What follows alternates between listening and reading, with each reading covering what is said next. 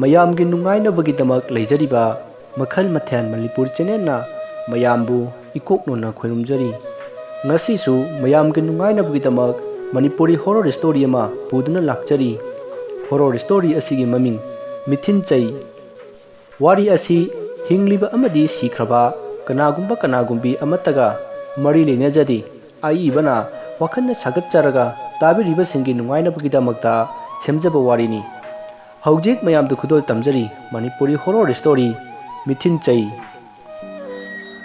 ꯉꯔꯥꯡ ꯑꯍꯤꯡꯗꯒꯤꯅꯤ ꯉꯁꯤ ꯅꯣꯡꯉꯥꯜꯂꯝꯗꯥꯏ ꯁꯤꯐꯥꯎ ꯏꯄꯨ ꯊꯝꯕꯧꯗꯨ ꯁꯣꯔ ꯆꯥꯅꯤꯡ ꯆꯃꯥꯡ ꯁꯝꯅꯗ꯭ꯔꯦ꯫ ꯑꯔꯣꯏꯕ ꯃꯇꯝꯗꯨ ꯂꯥꯛꯂꯦ ꯍꯥꯏꯅ ꯃꯌꯥꯝ ꯍꯥꯏꯅꯗꯨꯅ ꯂꯩꯔꯛꯂꯤꯕ ꯑꯁꯦ ꯃꯈꯣꯏ ꯏꯃꯨꯡꯒꯤ ꯃꯤ ꯄꯨꯟꯅ 5ꯅꯤ꯫ ꯑꯍꯜ ꯑꯣꯏꯔꯕ ꯍꯅꯨꯕ ꯑꯁꯤꯒꯤ ꯃꯆꯥꯅꯨꯄꯥ ꯑꯃꯒ ꯃꯃꯧꯒ ꯃꯁꯨ 2ꯒꯅꯤ꯫ ꯃꯆꯤꯟ ꯃꯅꯥꯎ ꯌꯥꯝꯃꯤ꯫ ꯁꯥꯒꯩ ꯆꯥꯎꯕ ꯏꯃꯨꯡ ꯑꯣꯏꯕꯒꯤꯔꯥ ꯉꯔꯥꯡꯗꯒꯤ ꯏꯃꯨꯡꯗꯨ ꯄꯪꯂꯥꯡ ꯂꯥꯡꯏ꯫ ꯑꯃ ꯑꯃꯨꯛ ꯆꯪꯉꯛ ꯑꯅꯥꯕꯗꯨꯒꯤ ꯃꯅꯥꯛꯇ ꯂꯩꯅꯤ꯫ ꯑꯃꯒ ꯃꯍꯨꯠ ꯁꯤꯟꯅꯗꯨꯅ ꯑꯍꯜ ꯑꯗꯨꯕꯨ ꯁꯦꯟꯅꯔꯤ꯫ ꯏꯕꯦꯝꯃ ꯊꯥꯗꯣꯏ, ꯅꯪ ꯉꯥꯏꯍꯥꯛ ꯄꯣꯊꯥꯒꯦꯁꯨ ꯄꯣꯊꯥꯔꯨꯔꯣꯗꯅ꯫ ꯊꯥꯗꯣꯏ ꯊꯝꯕꯧꯒꯤ ꯃꯃꯧ ꯅꯨꯄꯤꯅꯤ꯫ ꯊꯥꯗꯣꯏ ꯃꯃꯥꯏ ꯃꯃꯤꯠꯇꯨ ꯑꯍꯤꯡ ꯇꯨꯝꯗꯕꯒꯤ ꯏꯀꯨꯠ ꯀꯨꯠꯁꯤꯜꯂꯗꯨꯅ ꯍꯧꯒꯠꯂꯛꯏ꯫ ꯑꯗꯨꯗꯤ ꯏꯆꯦ ꯑꯩ ꯉꯥꯏꯍꯥꯛ ꯑꯃꯨꯛꯇ ꯍꯣꯏ ꯐꯔꯦ ꯑꯩ ꯉꯥꯏꯍꯥꯛ ꯑꯃꯨꯛ ꯃꯍꯨꯠ ꯁꯤꯟꯕꯤꯔꯝꯒꯦ꯫ ꯑꯁꯨꯝꯅ ꯌꯨꯝꯊꯪꯅꯕꯤ ꯃꯧ ꯑꯗꯨꯅ ꯏꯄꯨ ꯊꯝꯕꯧꯕꯨ ꯁꯦꯟꯅꯗꯨꯅ ꯂꯩꯍꯧꯏ꯫ ꯊꯥꯗꯣꯏ ꯃꯥꯒꯤ ꯀꯥꯗ ꯆꯪꯉꯛꯄꯗ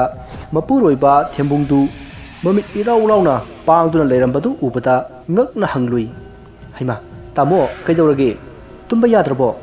ꯉꯥꯏꯍꯥꯛ ꯄꯣꯊꯥꯔꯒ ꯑꯌꯨꯛꯇ ꯀꯔꯤꯅꯣ ꯈꯔ ꯆꯦꯟ ꯆꯣꯡꯅꯕ ꯇꯧꯁꯦ꯫ ꯊꯦꯝꯕꯨꯡ ꯋꯥꯈꯜ ꯑꯃꯗ ꯇꯥꯎꯔꯒ ꯂꯩꯔꯨꯕꯒꯤ ꯃꯃꯤ ꯑꯃ ꯇꯥꯔꯤ꯫ ꯀꯗꯣꯝꯗꯒꯤꯅꯣ ꯍꯪꯂꯛꯄ ꯋꯥꯍꯪ ꯑꯗꯨꯅ ꯋꯥꯈꯜ ꯃꯥꯕꯨ ꯊꯨꯒꯥꯏꯍꯟꯕꯒꯨꯝ ꯇꯥꯏꯕꯪꯗ ꯑꯃꯨꯛ ꯍꯜꯂꯛꯇꯨꯅ ꯇꯤꯜꯂꯔꯕꯒꯨꯝ ꯐꯥꯎꯔꯛꯏ꯫ ꯊꯦꯝꯕꯨꯡꯅ ꯌꯥꯝꯅ ꯉꯛꯅ ꯅꯣꯏꯗꯤ ꯀꯩꯁꯨ ꯇꯥꯗꯕ꯭ꯔꯥ? ꯑꯩ ꯈꯛꯇꯔꯅꯦ ꯇꯥꯔꯤꯁꯤꯕꯣ? ꯊꯥꯗꯣꯏꯗꯤ ꯇꯁꯦꯡꯅ ꯀꯔꯤꯅꯣ ꯈꯪꯗꯕꯅꯤꯅ ꯑꯩꯗꯤ ꯇꯥꯗꯤꯌꯦ, ꯀꯅꯥ ꯀꯩꯗꯧꯔꯕꯒꯦ? ꯉꯁꯥꯏꯗꯒꯤꯅꯦ ꯑꯩꯈꯣꯏ ꯃꯅꯤꯡꯁꯤꯗ ꯀꯅꯥꯅꯣ ꯑꯃ ꯀꯣꯏꯆꯠ ꯆꯠꯄꯒꯨꯝ ꯁꯣꯔꯣꯠ ꯄ꯭ꯔꯦꯛ ꯇꯧ ꯂꯩꯔꯦ꯫ ꯑꯁꯤ ꯑꯩꯗ ꯇꯥꯔꯤꯔꯣ ꯅꯣꯏꯗꯤ ꯀꯩꯝ ꯇꯥꯗꯕ꯭ꯔꯥ ꯃꯤ? ꯊꯥꯗꯣꯏ ꯍꯥꯏꯐꯦꯠꯇꯤ ꯆꯤꯡꯅꯩ꯫ ꯕꯕꯥꯒꯤꯁꯦ ꯑꯔꯣꯏꯕ ꯃꯇꯝ ꯂꯥꯛꯄꯁꯤꯗ ꯏꯁꯣꯔꯅ ꯃꯥꯕꯨ ꯂꯧꯕ ꯂꯥꯛꯂ ꯆꯠꯂꯣ? ꯈꯪꯗꯦꯗ ꯑꯗꯨꯃꯗꯤ, ꯑꯗꯨ ꯑꯣꯏꯔꯁꯨ ꯑꯩꯒꯤ ꯄꯨꯛꯅꯤꯡ ꯋꯥꯈꯜꯁꯦ ꯃꯤ ꯑꯃꯅ ꯀꯧꯊꯣꯛꯄꯒꯨꯝ ꯑꯗꯨꯝ ꯐꯥꯎꯔꯒ ꯂꯩꯔꯦꯅꯦ꯫ ꯑꯁꯤ ꯍꯥꯏꯔꯒ ꯇꯨꯝꯃꯝꯕꯗꯒꯤ ꯐꯨꯛ ꯍꯧꯒꯠꯈ꯭ꯔꯒ ꯃꯅꯤꯡꯂꯣꯝꯗ ꯊꯣꯛꯈꯤꯒꯦ ꯇꯧꯕꯗ ꯊꯥꯗꯣꯏꯅ ꯊꯦꯝꯕꯨꯡꯒꯤ ꯃꯈꯨꯠꯇꯨ ꯐꯥꯈꯤ꯫ ꯃꯁꯤꯗ ꯊꯥꯗꯣꯏꯅ ꯉꯥꯏꯈꯨꯑꯣ ꯀꯗꯥꯏꯗꯅꯣ? ꯍꯧꯖꯤꯛꯁꯦ ꯑꯍꯤꯡꯅꯦ, ꯐꯠꯇ ꯅꯨꯡꯗ ꯑꯃꯨꯛ ꯊꯣꯛꯂꯔꯅꯤ ꯑꯃꯨꯛ꯫ ꯊꯦꯝꯕꯨꯡꯅ ꯃꯥꯒꯤ ꯅꯨꯄꯤꯒꯤ ꯃꯈꯨꯠꯇꯨ ꯇꯞꯅ ꯊꯥꯗꯣꯛꯂꯒ ꯊꯅꯝꯃꯤ꯫ ꯑꯩ ꯌꯥꯅꯤꯗ, ꯀꯩꯁꯨ ꯇꯧꯔꯣꯏꯗ꯫ ꯍꯥꯏꯕꯒ ꯇꯧꯕꯒ ꯃꯤ ꯑꯃ ꯀꯞꯄꯒꯤ ꯃꯈꯣꯜ ꯑꯃ ꯇꯥꯔꯛꯄ ꯑꯗꯨꯗ ꯊꯦꯝꯕꯨꯡꯗꯤ ꯍꯦꯟꯅ ꯆꯤꯡꯅꯈ꯭ꯔꯦ꯫ ꯑꯁꯨꯝꯅ ꯊꯥꯗꯣꯏ ꯑꯃꯗꯤ ꯊꯦꯝꯕꯨꯡ ꯐꯃꯨꯡꯗ ꯆꯪꯗꯨꯅ ꯇꯨꯝꯊꯅꯕ ꯍꯣꯠꯅꯩ꯫ ꯊꯥꯗꯣꯏꯗꯤ ꯊꯕꯛ ꯌꯥꯝꯅ ꯇꯧꯔꯨꯕꯅꯔꯥ ꯕꯣꯝ ꯇꯥꯗꯨꯅ ꯇꯨꯝꯈ꯭ꯔꯦ꯫ ꯊꯦꯝꯕꯨꯡꯗꯤ ꯇꯨꯝꯕꯁꯨ ꯌꯥꯗ ꯑꯣꯟꯅ ꯊꯣꯏꯅ ꯈꯥꯡꯗꯨꯅ ꯂꯩꯔꯤꯉꯩ ꯅꯥꯀꯟꯗꯒꯤ ꯈꯣꯟꯖꯦꯜ ꯑꯃꯈꯛꯅ "ꯏꯕꯨꯡꯉꯣ ꯊꯦꯝꯕꯨꯡ, ꯇꯥꯕ꯭ꯔꯣ ꯅꯪꯕꯣ?" ꯊꯦꯝꯕꯨꯡꯗꯨ ꯃꯃꯤꯠꯀ ꯈꯪꯁꯤꯡ-ꯁꯤꯡꯂꯛꯏ ꯑꯗꯨꯒ "ꯍꯥ ꯀꯅꯥꯅꯣ?" ꯍꯥꯏꯔꯒ ꯈꯪꯍꯧ ꯍꯧꯒꯠꯀꯦ ꯇꯧꯕꯒ ꯌꯨꯝꯌꯥꯏꯔꯣꯝꯗ ꯀꯅꯥꯅꯣꯝ ꯑꯃꯅ ꯁꯠ ꯁꯝꯃꯒ ꯆꯠꯈꯤꯕꯒꯨꯝ ꯇꯧꯈꯤꯕꯗꯨ ꯎꯍꯧꯏ꯫ ꯊꯦꯝꯕꯨꯡꯅ "ꯀꯅꯥꯅꯣꯅꯦ, ꯊꯪꯅꯕꯒꯤ ꯃꯤꯒ ꯂꯩꯕ ꯖꯥꯠꯂꯥ?" ꯑꯁꯨꯝꯅ ꯈꯟꯗꯨꯅ ꯊꯨꯅ ꯍꯧꯒꯠꯂꯛꯂꯒ ꯍꯧꯖꯤꯛꯀꯤ ꯃꯥꯅ ꯎꯈꯤꯕ ꯑꯗꯨꯒꯤ ꯇꯨꯡ ꯏꯟꯅꯗꯨꯅ ꯌꯦꯡꯉꯤ꯫ ꯑꯁꯨꯝ ꯂꯥꯛꯄꯅ ꯃꯍꯥꯛ ꯃꯅꯤꯡꯊꯣꯡ ꯌꯧꯔꯛꯂꯦ꯫ ꯃꯍꯥꯛꯅ "ꯃꯅꯤꯡꯊꯣꯡꯁꯤꯗꯤ ꯍꯥꯡꯗꯦꯅ, ꯀꯗꯥꯏꯗ ꯆꯠꯈ꯭ꯔꯕꯖꯥꯠꯅꯣꯅꯦ ꯍꯧꯖꯤꯛꯀꯤꯗꯨꯕꯣ?" ꯊꯣꯡꯗꯨ ꯍꯥꯡꯗꯣꯛꯂꯒ ꯃꯄꯥꯟꯗ ꯃꯀꯣꯛ ꯊꯤꯟꯗꯣꯛꯂꯒ ꯌꯦꯡꯉꯨꯕꯗ ꯌꯥꯝꯅ ꯂꯥꯞꯅ ꯃꯤꯑꯣꯏ ꯑꯃꯈꯛ ꯂꯦꯞꯄꯒ ꯂꯩꯕꯗꯨ ꯃꯥꯁꯨ ꯎꯔꯦ꯫ ꯊꯣꯡꯁꯨ ꯍꯥꯡꯕ ꯅꯠꯇꯦ, ꯀꯔꯣꯝꯗꯒꯤ ꯊꯣꯡ ꯍꯥꯡꯂꯒ ꯂꯧꯕꯨꯛ ꯃꯌꯥꯏꯁꯤꯗ ꯂꯦꯞꯄꯤꯖꯥꯠꯅꯣꯅꯦ? ꯑꯁꯤꯕꯨ ꯀꯅꯥꯅꯣꯅꯦ? ꯑꯩꯕꯨ ꯆꯪꯗꯨꯅ ꯌꯦꯡꯉꯨꯕꯅ ꯐꯗꯣꯏꯔꯥ? ꯍꯥꯏꯐꯦꯠ ꯌꯦꯡꯉꯨꯈꯤꯒꯦꯗ꯫ ꯑꯁꯨꯝꯅ ꯈꯟꯗꯨꯅ ꯃꯈꯣꯡ ꯊꯥꯡꯕ ꯍꯧꯔꯛꯏ꯫ ꯑꯁꯨꯝꯅ ꯍꯥꯏꯐꯦꯠ ꯆꯪꯁꯤꯜꯂꯨꯕꯗ ꯂꯧꯕꯨꯛ ꯃꯌꯥꯏꯗ ꯂꯩꯔꯤꯕ ꯃꯨꯁꯤꯟ ꯃꯨꯕ ꯃꯤꯒꯤ ꯃꯑꯣꯡ ꯃꯥꯟꯕ ꯑꯗꯨ ꯃꯀꯣꯛꯇꯨ ꯇꯞꯅ ꯂꯩꯊꯣꯔꯛꯄꯒꯨꯝ ꯇꯧꯔꯛꯄꯗꯨꯗ ꯊꯦꯝꯕꯨꯡ ꯆꯞ ꯂꯦꯞꯄꯤ꯫ ꯑꯃꯨꯕ ꯑꯗꯨꯅ ꯃꯨꯟꯅ ꯑꯁꯨꯝ ꯌꯦꯡꯂꯝꯂꯒ ꯃꯈ꯭ꯋꯥꯡ ꯏꯀꯣꯟ ꯀꯣꯟꯅ ꯇꯨꯔꯦꯜ ꯂꯩꯔꯥꯏꯔꯣꯝꯗ ꯆꯠꯈꯤꯕꯒꯨꯝ ꯇꯧꯔꯛꯏ꯫ ꯊꯦꯝꯕꯨꯡꯅ "ꯑꯩꯈꯣꯏ ꯕꯕꯥꯔꯅꯦ ꯁꯤꯕꯣ? ꯀꯔꯤꯅꯣꯅꯦ ꯉꯁꯤ ꯑꯩꯒꯤ ꯃꯤꯠꯁꯤꯗ ꯎꯔꯤꯕ ꯃꯌꯥꯝꯁꯤꯕꯣ?" ꯑꯁꯨꯝꯅ ꯃꯨꯟꯅ ꯌꯦꯡꯗꯨꯅ ꯂꯩꯔꯤꯉꯩ ꯅꯥꯀꯟꯗꯒꯤ ꯈꯨꯠ ꯑꯃꯈꯛꯅ ꯄꯥꯏꯔꯛꯄ ꯑꯗꯨꯗ ꯈꯪꯄ꯭ꯔꯦꯛ ꯈꯪꯅ ꯆꯣꯡꯈꯠꯈꯤ꯫ हे कनानोने असुमना ओंथोक्तुना येंगपददी कनासु लेरमद्रे थेंबुंग कीबना लोरे मसिदगी किमंदुना निक्पा हौरई अस आई सिदा कुइन लेबे यादेदा युमदा चंगहोबना फरनी असुमना हायरगा मखोंदु गम गम इमुंग लोमदा थांगकपगा मखोल अमा इमुंग लोमदा तारई तारिबा खोंजेल अदु मयामना कपना लाउनबगी खोंजेलने हायबा थेंबुंगसु खंगले मसिदा थेंबुंगना ngakna pakhatuna imungdomda chenchili mapagi asiba hakchangdu ubada mapi tapna sintharakli thadoisu mayam kap aduda yaurami thembungchu changchinduna kappa yauri asibadu nungan ba ngai ba yabani adubu ngasai ma bu sanghobi yumthang nabi mau motina yadaba yaroi hauji hekta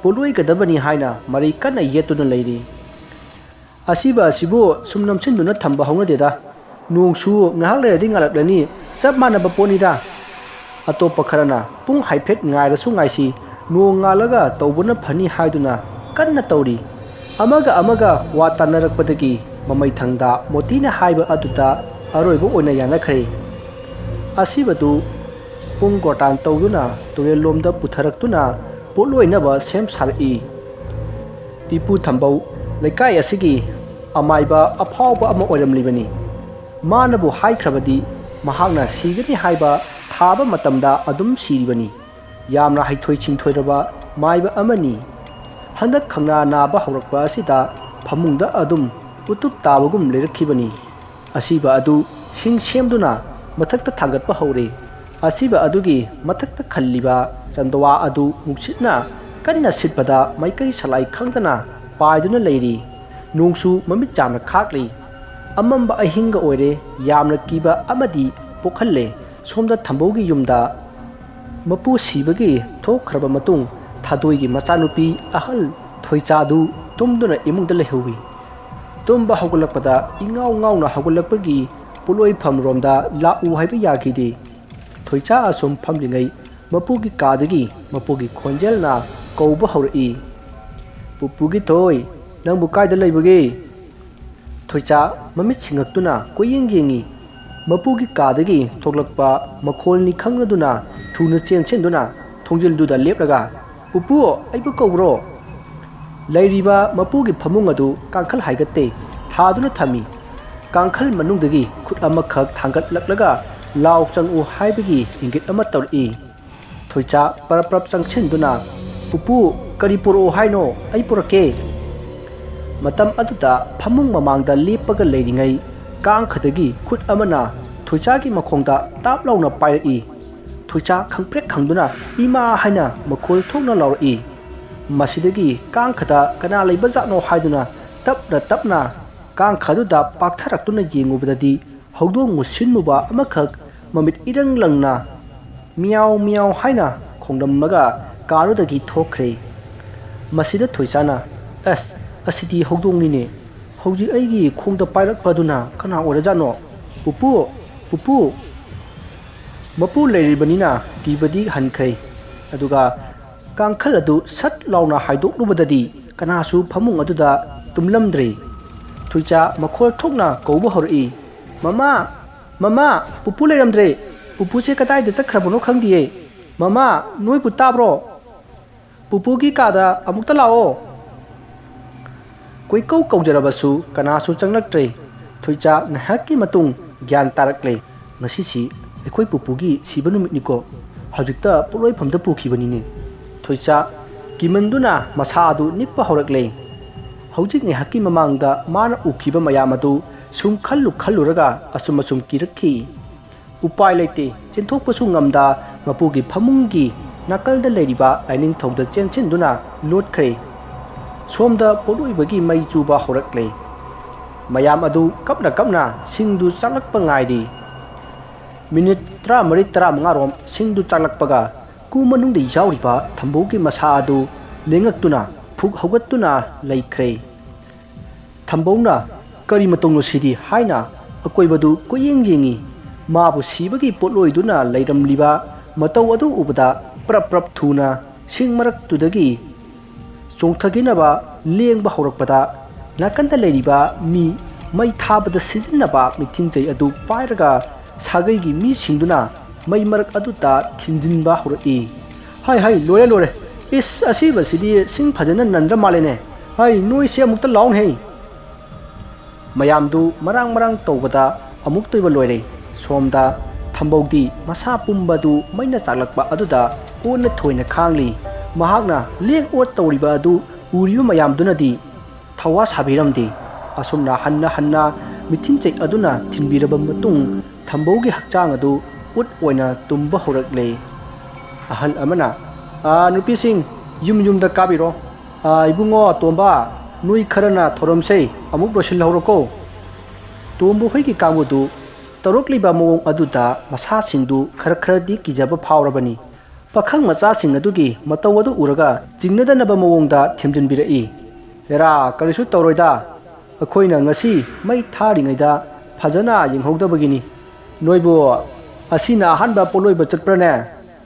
ꯃꯤ ꯈ꯭ꯋꯥꯏꯒꯤꯁꯨ ꯑꯁꯤꯕ ꯍꯧꯒꯠꯂꯛꯏ ꯍꯥꯏꯕ ꯅꯣꯏꯁꯨ ꯇꯥꯔꯝꯅꯤꯗ꯫ ꯇꯣꯝꯕ ꯃꯁꯥꯗꯨ ꯐꯥꯊꯗꯨꯅ ꯃꯌꯥꯝꯒꯤ ꯃꯍꯨꯠ ꯁꯤꯟꯗꯨꯅ ꯍꯥꯏꯔꯛꯏ꯫ ꯇꯥꯕꯨꯗꯤ ꯇꯥꯔꯦ ꯃꯥꯃꯥ, ꯑꯗꯨꯗ ꯑꯩꯈꯣꯏꯁꯨ ꯁꯨꯝ ꯀꯤꯕꯩ ꯋꯥꯅꯤ, ꯀꯥ ꯍꯦꯟꯕꯒꯤ ꯑꯃꯒꯤ ꯋꯥ ꯅꯠꯇꯦꯗ꯫ ꯃꯁꯤꯗ ꯑꯍꯜ ꯑꯗꯨꯅ ꯍꯣꯏ ꯐꯔꯦ, ꯑꯗꯨꯗꯤ ꯃꯥꯃꯥ ꯀꯥꯈ꯭ꯔꯒꯦꯀꯣ, ꯅꯣꯏꯒꯤ ꯄꯣꯠꯆꯩꯁꯤꯡꯗꯨ ꯅꯥꯀꯟꯗ ꯊꯝꯂꯝꯂꯕꯅꯤꯀꯣ, ꯀꯨꯏꯔꯔꯣꯏꯗ ꯅꯣꯡꯁꯨ ꯃꯉꯥꯟꯖꯔꯛꯂꯒꯅꯤ꯫ ꯑꯁꯨꯝꯅ ꯃꯥꯃꯥ ꯑꯗꯨ ꯃꯌꯨꯝꯂꯣꯝꯗ ꯀꯥꯈ꯭ꯔꯦ꯫ ꯑꯁꯨꯝꯅ ꯄꯣꯠꯂꯣꯏꯕꯗꯨ ꯂꯣꯏꯔꯒ ꯄꯥꯈꯪ ꯃꯆꯥꯁꯤꯡꯗꯨ ꯋꯥꯏ ꯇꯩꯔꯒ ꯍꯪꯒꯥꯝ ꯃꯔꯨ ꯆꯥꯏꯁꯤꯟꯗꯨꯅ ꯊꯝꯂꯝꯂꯦ꯫ ꯉꯥꯏꯍꯥꯛꯀꯤ ꯃꯇꯨꯡ ꯃꯣꯡꯐꯝ ꯃꯅꯨꯡꯗꯒꯤ ꯈꯨꯠ ꯑꯃꯈꯛ ꯐꯠ ꯂꯥꯎꯅ ꯐꯥꯎꯒꯠꯂꯛꯏ꯫ ꯑꯗꯨꯕꯨ ꯄꯣꯠꯂꯣꯏꯕ ꯂꯣꯏꯔꯒ ꯃꯤ ꯄꯨꯝꯅꯃꯛ ꯆꯠꯅꯈꯤꯕꯅ ꯇꯧꯔꯤꯕ ꯊꯧꯗꯣꯛ ꯑꯗꯨ ꯀꯅꯥꯅꯁꯨ ꯎꯍꯧꯈꯤꯗꯦ꯫ ꯃꯁꯤꯗꯒꯤ ꯆꯍꯤ 2ꯒꯤ ꯃꯇꯨꯡ ꯍꯩꯕꯗ ꯃꯄꯥ ꯂꯩꯇ꯭ꯔꯕ ꯃꯥꯏꯕ ꯊꯝꯕꯧ ꯍꯣꯏꯒꯤ ꯈꯨꯜ ꯑꯗꯨꯗ ꯅꯨꯡꯗꯥꯡ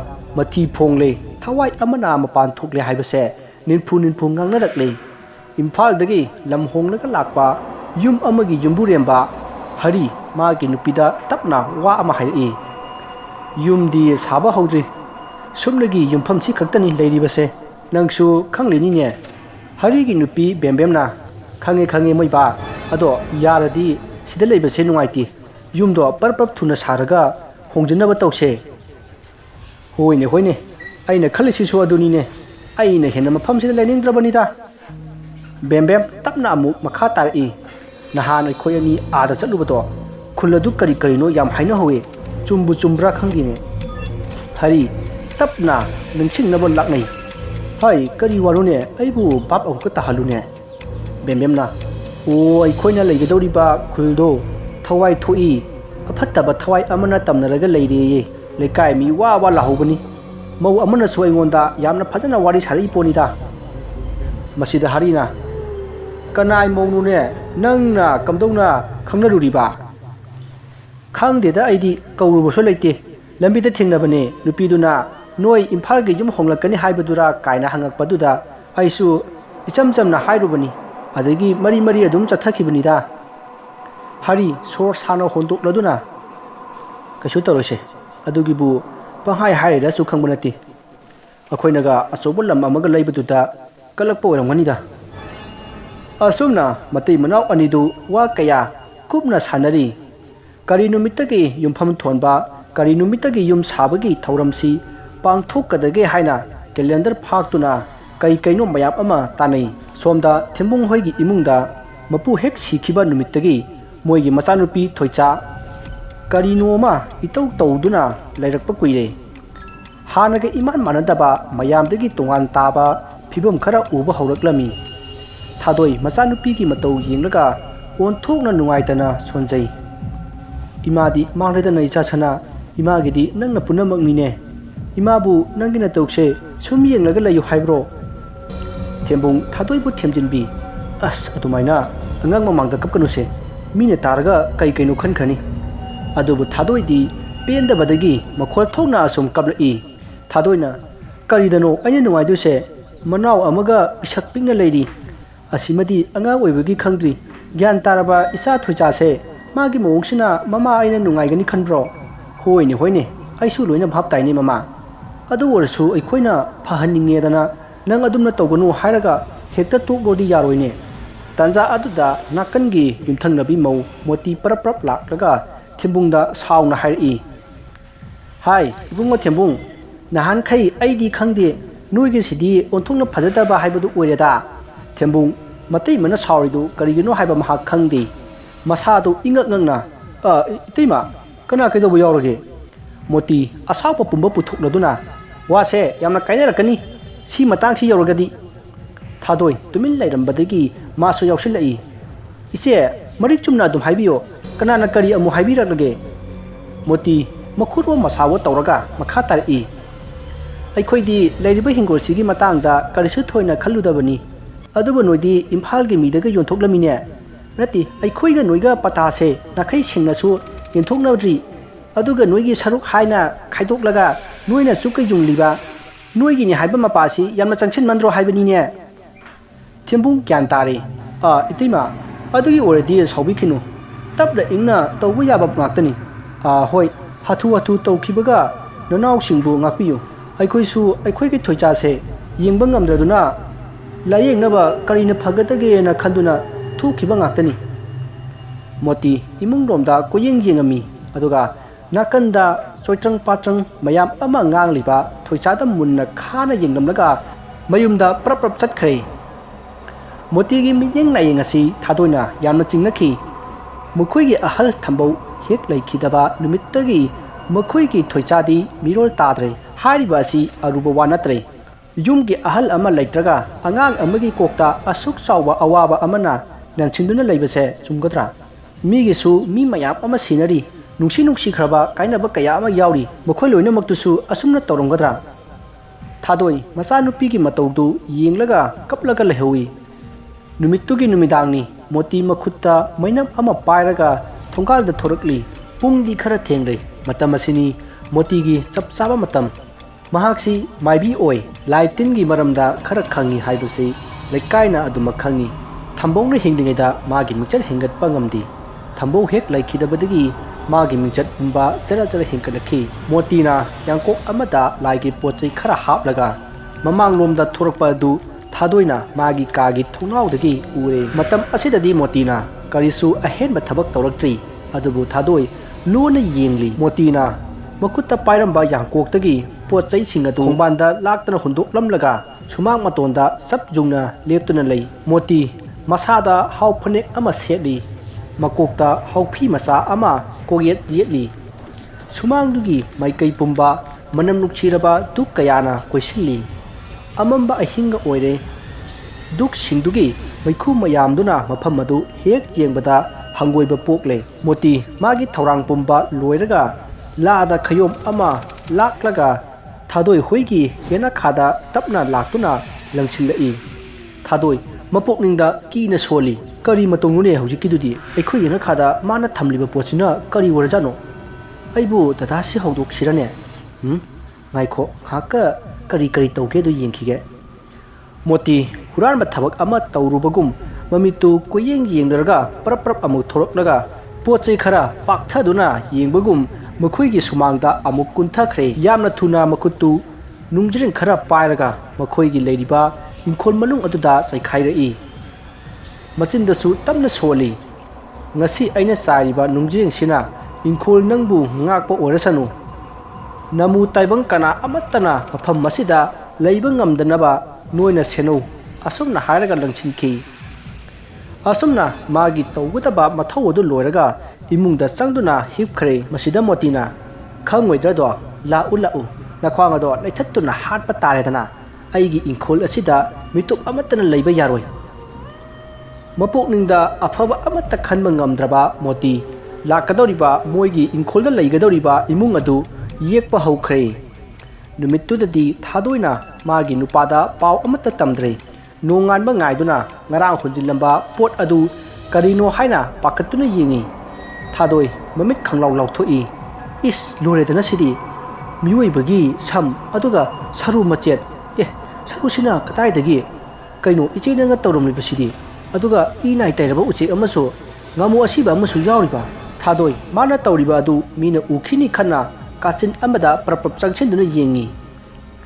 Motiri kanaso uramloi mana tawriba adu ahingni uroi khanduna Irai लाइना तौरमनी अदुबु थादोइना खंगहौख्रे थादोइ कादा प्रप चंगक्तुना मपुरोइबदा पोचै अदु उटके हाइना तौबगा थेंबुंगदी थबक अमा चटकदबगी मफिल लोइसलंबदु उबदा अदुगुंबा फत्तबदु उहन्निंद्रदुना तुंगदा असुम लोसिल्ले थेंबुंग मागे नुपीगी मतौदा आई करी तौरे करी हाइनिंगे नंगबो थादोइ यामना तपना इफा फजना खमई कदाइदा चपिदुनो आइदी चाक अमता थोंद्रिये माइबा हाइबा मा थोकले ये अदु अमता तानरुगे तौनी अखोइ थोचागिरा हाइसिबो आई नत्रदि इचागे नत्रदि कनागे ओइनी फरे आई थेंगले हलकदा चाक लोरमुको थादोइ वादु हाइखेजै हाथु हाथु तौजबा थेंबुंगी मतौ अदुदा हाइबा ngамखिदबनी नुमित खरनिगी मतुंग हरि अफबा नुमित अमा खल्लगा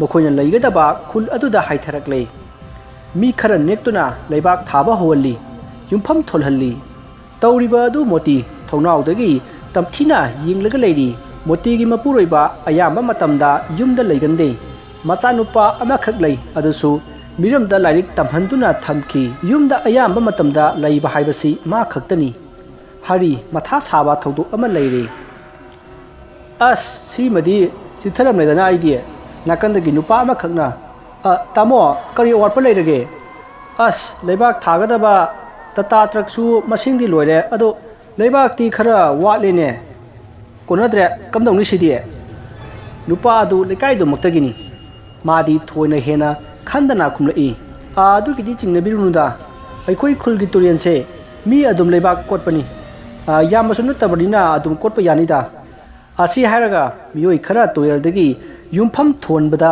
सिजिननबा लेबाक खरा लौरी मरक अदुदा सै अमा याउखिबदु कनानासु हन्ना तुना यंगहौद्रे युमफम मरकतुदा अदुम याउसनख्रे